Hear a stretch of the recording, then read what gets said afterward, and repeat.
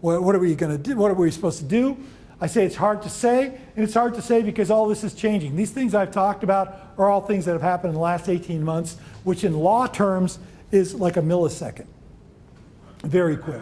Plus, they're agency things, which means, from my perspective, the agency doesn't necessarily have authority over me. It's the courts that have authority over me. Just the agencies can create a lot of problems. We try to stay out of the agency's crosshairs when we can. Use the Costco disclaimer. Tread lightly. And there are other cases all over the place. Hispanics United.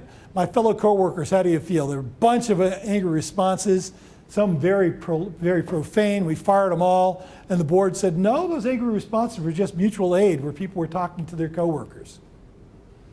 Here, it's funny. Walmart, which is usually on the wrong side of every governmental agency I can think of, including the CIA and the NSA, I mean, they just are a target. They have changed their language. They say inappropriate postings that may include discriminatory remarks, harassment, and threats of violence or similar inappropriate, unlawful conduct are not allowed. And they said that's good language. So there, I've given you an example of good language to put in your policies. Okay, we can't request social network passwords in Texas. We don't have that bar, but currently there's a bill in front of the House right now that's trying to do this. I don't think it's going to pass, but that's the way it is. Here's what we need, be clear. Who owns a Twitter account? We talked about this. A company, website company. This guy left, he changed the account to his name, he had 17,000 followers. He conducted almost all his business on Twitter because he's a website company and they only want to talk in 140 characters. The company wanted $250 per name. They wanted him to buy the accounts back. They had a confidential settlement, but it became a lawsuit. It was the first one I'd ever heard of. We have a policy that we need to have either a policy that doesn't allow them to use their personal accounts for business, or we need to have, it's clear who the account is, and they need to sign this policy because it's property rights. And we need to be able to show that they signed this and they understood that this whatever, it was a company account used for company purposes. And if they want to have a personal account, use a different one. And therefore, those names and those accounts belong to us. I'm going to go through this fairly quickly because you have this in your material. How far do you want to reach? One, employers are spending their time at work, and employers are going to always spend their time at work. I suggest always don't have a policy that bans them using the internet at work, because that would be impossible to enforce. You would have no employees by the end of the week. If you enforce it uniformly, you'd have to fire yourself. And that's a fact. Because you just, in this day and age, you can't not do it. And somebody will call you up and say, well, you know, I think we've got a soccer game at 7, and you go, pip, pip, pip, okay, no. You check the Y website, no, it's at 6. Oh, okay, boom. Well, you've just used the website for a personal reason. You only took a couple seconds to do it. And sometimes it can actually enhance productivity. It also helps company morale. I could show you all these different studies that show if you allow your employees to use the internet for some purposes, that allows company morale, because it creates stress if they can't get this information. People have kids at school, people have vacation plans that have changed, and if they can't handle it, they have to wait till the end of the day. The way the world works now is so much quicker, including the bad things happen. But you do want to be careful how they're portraying you online. Do you want to permit social networking at work? Is it realistic? That's Danish study showed if we allow them to internet connect. Of course, in Denmark, you know, I mean, we're talking about these Scandinavian countries. They're wired differently than we are. They smile more, and they're just generally happier than Americans. And they also have like 8 weeks vacation, so that they're allowed to take. That's the thing.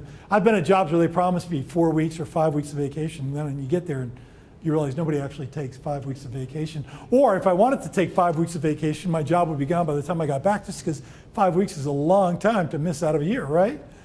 Well, in Europe, they take 5 weeks of vacation, because I have dealt with them, and they're gone, and they're gone. Don't answer emails, they're gone. And I don't speak a foreign language, so I'm just hosed. If you prohibit it, how are you going to monitor it? You got to figure out what to do. That creates issues of its own. And how aggressive do you want to be? You can put monitors on your employees. Things you should be monitoring their internet usage anyway. If you permit, because if you think, even if you don't monitor it every day, you should have an ability to track it. Because if you think, here's what happens. We think one secretary is spending too much time on the internet, and we want to fire her for that. And it turns out, well, actually, she's spending less time than the person to the left, who we don't want to fire. And she's spending less time than her boss, who's definitely not getting fired. So we would like to, I actually like to use these comparators before we knee-jerk and fire somebody for that. And truthfully, really, we want to fire her because she's not doing her work. She's wasting time, and that's just one of the things she's wasting time on. So that makes us dial back down and say, okay, here are the reasons why we want to terminate this person, because they are not really getting their job done. And we've given them tasks after day. Every day they leave with tasks undone. I don't know what they're doing. I don't really care what they're doing, though I do know they're on the internet a lot, but that's not the deal. The deal is they're just not doing their work. It makes for a better term. Do you want businesses? We definitely should have rules that say if they're going to post something personal online, I don't want my logo being used. I don't want people to say, you know, us at Costangi, Brooks, and Smith, we do enjoy a toddy after work, and I got to tell you, this is a great company because it knows how to party. I don't really want that. Or I believe that, you know, same-sex marriages, because this is hot and in the news right now, same-sex marriages are inappropriate, and, you know, and they show a picture of themselves with a Costangi, Brooks, and Smith t-shirt, because that's what they're wearing, because they were drinking at the time they made the post, and because otherwise they would have shut up. And so then what I want is a disclaimer that even though I have this stupid thing, I'm wearing this t-shirt, this has nothing to do with Costangi, Brooks, and Smith, because I may have clients that could be offended by that. I may have clients that love that, but in either case, I don't want somebody else making the decision for me. Appropriate business behavior, we need to define that. We just talked about that. And we need to make sure we deal with social networking with harassment. Here's the thing. People do this social networking thing. They talk on Facebook, it's their personal Facebook, and they talk about how hot their secretary is, and did you see that sweater she wore today? Or they talk about this guy I worked with, oh my gosh, I believe he wears no underwear. These are all actually examples. Well, I don't care if it's not at work. If work people are reading it, it's a harassment issue, and it's something we then have to do an investigation for. So we need to deal with that. And again, people are always telling me, oh, it's non-workplace conduct. How can you regulate this? And I give them, here's my example. If you punch out, go down the street to Wells Fargo, rob the bank, come back in and punch back in, and I find out that you robbed the bank, I'm probably going to fire you for this completely non-related, non-workplace conduct, right? I'm allowed to do it. So somewhere between robbing the bank and putting something bad on the internet is where you're going to get fired for. So why bother? Let's not even bother with that continuum. It's a good time to, this is a good time to revisit your policies. You should have a policy dealing with internet usage, email usage, or whatever, electronic policy. This is a good time to use it. You need to get company approval to use Twitter or any social media to conduct business. And we've already said this. And I already said this. Yeah, this is also what I also say. This is actually a good thing to put in your policy, that laundry list I talk about that I don't like because it has some specific things. The nice to be nice thing, people should use common sense about what they post. It's certainly appropriate to terminate somebody because it falls outside of what I consider to be common sense. I thought that was dumb. So then later on they say, well, why did you fire that person? Because I thought that was dumb.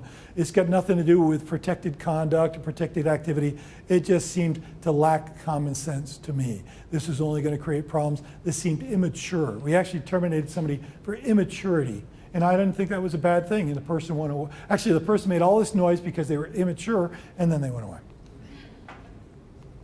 Okay, non-legal risk, customer relations. We talked about that. We can deal, you know, people put stuff in about their customers, worked all night on this ridiculous fill-in-the-blank company's product, and I can't stand working for them because they do not know what they're doing. And is that far-fetched, right? For a 20-something to write in a blog when they get home at night? They're tired, they blog, and all their friends read it, and of course half of their friends are people at work, and those people at work, some of them may not like them anymore. One of them might be a jilted boyfriend or girlfriend, and they're going to go in and talk to the manager and say, oh, did you read Frank's post last night? I guess he had a hard night. The manager goes, reads Frank's post, and then we get problems. Let's avoid the problems. That's the good thing about policies, is even though I always talk about it in the past tense, like I use them to defend terminations, I believe a good policy can be proactive because people will look at people.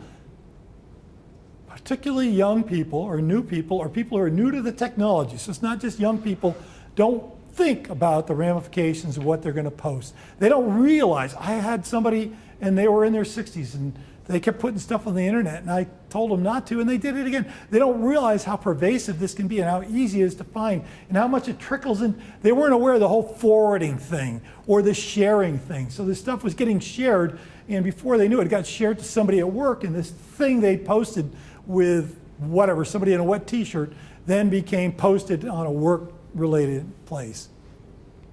Hurt their reputation. The cube wars, that's what I talked about. We can avoid the cube wars. That's the war between people in cubicles. They were one cubicle apart. They could have literally been lobbing rolled up pieces of paper at each other. But they would never do it because people will write things that they would never say in person. You sit them down over a conference table and say, well, yeah, I really wish you would get your reports in on time.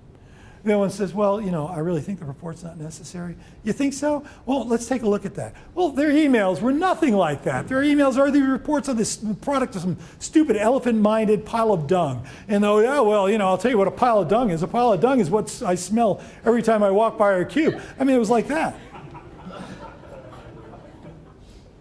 And is that far-fetched? Am I like going past the pale? Nobody, has anybody actually not experienced something quite like that? It's like speed typing. I used to say I hate the people that can speed type because because what they do is they give me really long complaints.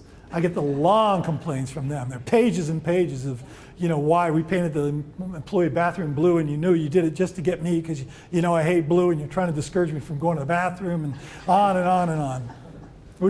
People laugh at that all the time. That was one of my earliest employee issues was painting the bathroom. In a 4-page letter in response, and it was retaliation. That was retaliation, trying to get this person to quit. I said, let's paint the bathroom any color they want, because I don't want another letter. Libel, we could defame people, right? Admissions, blog posts is party admissions. We've said something like, oh yeah, we got this done only by cheating on this, or only by shaving this. Just a thing the government contractor should do.